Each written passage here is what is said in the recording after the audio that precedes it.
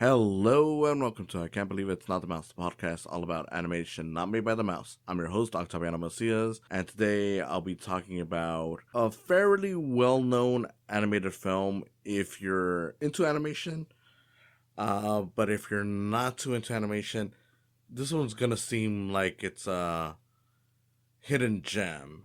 And it kind of is, really. See, even I wasn't really too aware of this. I mean, I'd seen maybe some stills of this in the past, but it wasn't until fairly recently, about a week before I started doing this episode, that I even learned of the existence of this movie. It's often cited as the movie that has inspired various animated features or shows, even a video game in terms of its design. The Japanese animated feature The Little Prince and the Eight-Headed Dragon.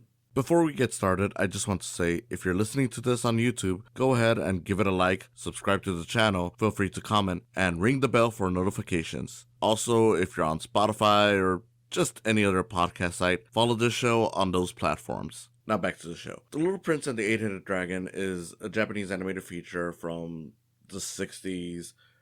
Basically, it's a fairy tale-like movie. I'm not sure if it's based on any actual fairy tales from Japan or myths, but for the most part, it's pretty much like, here's this little prince named Susano who is told that his mother has passed away. Though not exactly in that way. He's just told that his mother has gone away. Despite being told that he can't reach his mother, he decides to journey off and find where she's at. Now, I don't know how much was changed in the English language version. The version I saw was the English dub, which, overall was very, very well done. Did have some pretty awkward voice work in it, but that's to be expected with a dub, especially for something from so long ago that clearly hasn't been given much care, and I'll get into that as we go into this, but that's generally what the movie is about. It is this little prince who goes off to find where his mother is at. He's told it's heaven, but doesn't really know how to get there, so he tries to get the help of his brother and his sister, who both ruled their own lands, all while encountering various evil characters. Essentially, the whole movie is just a series of vignettes, all tied together by this one ongoing storyline, and eventually you get to the Eight-Headed Dragon, which is the final portion of the movie. That's pretty much all it is. Now, obviously, like I said before, this has been used as the inspiration for a lot of other stuff, and you can automatically tell once you see it, because it's mostly in the art style. It's a very nice, simple art style. It's very nice to look at. It's not your standard anime art style, which isn't bad. It is nice. It is a very good-looking movie. The animation just it really looks like this unique thing. But, and there's a big but, once you know what it's inspired, you will automatically be like, okay, yeah, I see it. Like, one of the things that it was cited as an inspiration for was for getting Tartakovsky's Samurai Jack. You can automatically see it once you see the art style, especially because there's a lot of action in this. Apparently this was used as the inspiration for a lot of Cartoon Saloon stuff. They're the guys, pretty much the company behind like Secret of Kells, Wolfwalkers, lots of good movies. Served as the inspiration for the art style for this Netflix movie. I don't think I've talked about it on here before, and it really should be seen if you haven't seen it, called The Willoughbys. The one that I feel like most directly was inspired by it. It was apparently the inspiration for the art style behind the Wind Waker, the Legend of Zelda video game, and yeah, you can see it. Toon Link looks like Susano. Obviously, this has been around for a good long while, yet you don't hear too many people talk about it, and it's a shame. It's because it's mostly that the US, for whatever reason, has never given this movie its proper love. And of course, it got dubbed, released here, all fine and dandy. But when it came to doing like more modern releases, they haven't given it the same treatment that they would have for a lot of other classic movies. I'm assuming largely it's because it's a foreign film, but that's still disappointing. for such a movie that is technically a big landmark movie in many regards. Looking at it, I'm like, yeah, I can automatically see what this movie did for the animation community, and yet the fact that me, someone who's really into animation, was pretty much unaware of this movie's even like its entire existence until fairly recently is disappointing. I mean, sure, I'm not expecting to know everything about animation, but for something like this that has mattered in a lot of ways to just be a thing, I just found out about it. I don't know, it just doesn't feel right. Apparently, there's at most maybe one physical release that's been out there for the U.S. In a bundled package, and I doubt you could even find it anymore, and two, it's still not in the proper way to see it. At the very least, if you have non-regional DVD players or Blu-ray players, I'm not sure if Blu-ray players have are region coded. I believe so. You can find a Japanese one more easily, but I don't know. It just feels like, why shouldn't this get more respect? I mean, the animation community goes out of its way to try to bring out like the best for the Miyazaki movies, Studio Ghibli in general, and whatnot. It's like, I don't know, maybe it's just a budget thing, maybe it's just no one has the money to do it. But I'm like, it'd be nice to see if one of these big animation studios would try to offer a hand to this, or not really just this, but a lot of animation from outside the U.S. to get their proper love in the U.S. Because there's a lot of these things that if they're not being supported by any of those big studios, you'll never see them around here, and you'll never see anything properly done for them. And that's I think that's a real shame, and especially when you have something as good as this. And just to be clear, this movie is a very nice movie. I don't think I love it as much as I love the designs of it. Like, as a movie itself, it's pretty okay. It's fine. It's fun. Seeing Susano, the little prince, constantly beat up everything, getting into fights with pretty much everyone. Boy even gets, he gets into a fight with a tiger. He gets into a fight with a fire god. Fights a dragon. He fights everything in this movie. It's to the point that even when he's crying, he is destroying his own land. So it is very funny. As a movie itself, I don't think it's as great as the art style, which is fine. Sometimes what makes a movie great isn't just one specific thing. Like, there is something that stands out about it so much that whether it's the story is not so good or the characters aren't so good or whatever, that makes it all the more worth it, and it makes sense why it matters so much. Even if normally for a lot of movies, yeah, they have to try hard at every single area. There are just some movies that are so good in one area that it doesn't even matter for the rest. I feel like this is kind of one of those where it's like, again, the movie itself is fine. I believe I saw someone compare it kind of to Mary Blair's art style. She worked for Disney. If you look her up, you'll automatically know what she's done.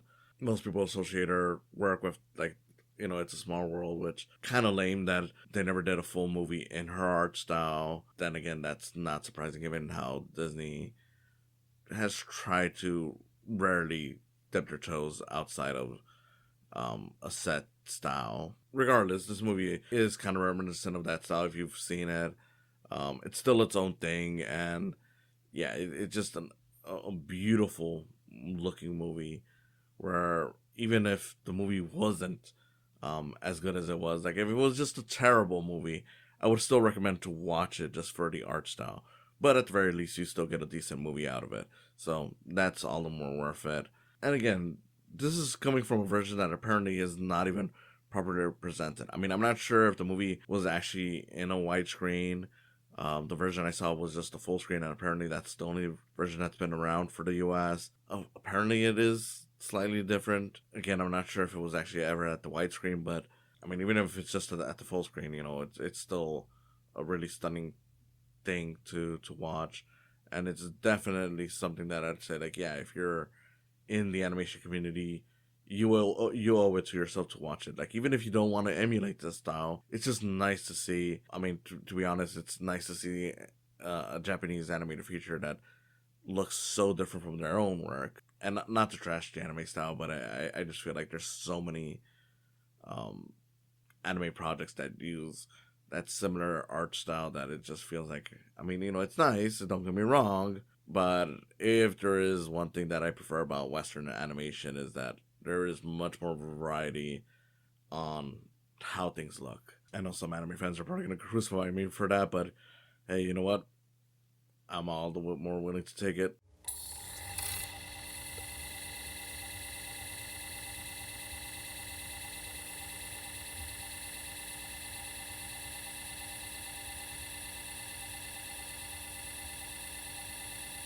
Now, if it feels like I'm gushing more about the art style than about the film, I mean, again, it's just that it's not most interesting story around. And again, it's not even bad. It's just that it is a fairy tale. It very much feels like something that would have come out of Disney if Disney was, more willing to just let people do their own thing in terms of the art style. But yeah, it is very much on that vein. It's the kind of story that you would read to your kid during bedtime, maybe read it in parts, because you pretty much get that whole thing where it starts and stops, starts and stops. Like you got your first part where it's like, okay, we are introduced to the little prince. He's strong and brave and kind, but also really loves to fight because he starts beating up a tiger for beating up the one of his little rabbit friends, which is his main sidekick throughout the movie.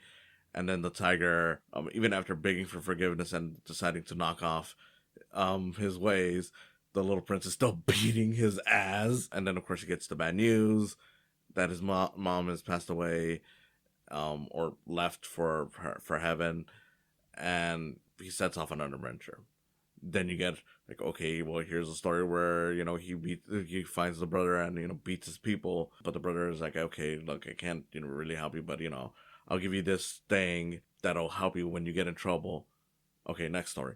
Okay, now we're introduced to the second sidekick of the group, which is this larger guy who is part of this village that has been dried out because it's under the watch of this like fire god who's way too hot that no water's coming through and whatnot. It's like, okay, well, let's beat the fire god, and it turns out that item my brother gave me is actually this ice beam thing, and now we go off on another adventure with the big guy so he can help find a better land for his people, and the story just continues on that way. It's very much just little stories. I do like the whole thing with the item. I wonder if that kind of inspired Legend of Zelda or just video games, like adventure video games in general, because it really does feel like, okay, look, we got this one thing. It's kind of like a key to the next thing, and then the next thing, and the movie follows that whole thing. There is a lot of things where it's like, okay, well, this is gonna come back later on as an item that he'll be using, or a thing. He eventually gets a horse that flies, which is pretty cool, and fights the eight-headed dragon, and it's all just a matter of like, okay, well, we gotta strategize on this. We're gonna get the eight-headed dragon wasted with some wine, take off its head one by one. And he's mostly just doing this just because there's a girl that his area at that point that is under the threat of the eight-headed dragon, and she pretty much reminds him of his mom. Even the ending of this movie, like, switch spoiler alert, whatever, is kind of yeah, this is definitely a fairy tale where pretty much the mom finally appears and she tells him like, look, you haven't reached me yet, but I'll tell you this much: if you continue doing good things throughout your life, you will eventually find the land I'm in. So essentially, she's just telling him, hey, be a good boy and you're gonna go to heaven like I did. And that's pretty much the end of it. It's not like we're actually gonna see, like, okay, him actually reaching the gates of heaven and dragging his mother out of there, eventually landing in her in hell or something. But it's very much just as very simple, just simple film, and that's not bad. Again, there's charm in that. I do like a lot of the classic Disney films just because of how simple they were, and how much just the characters and the vibes just kept you on board. That's kind of like what this is.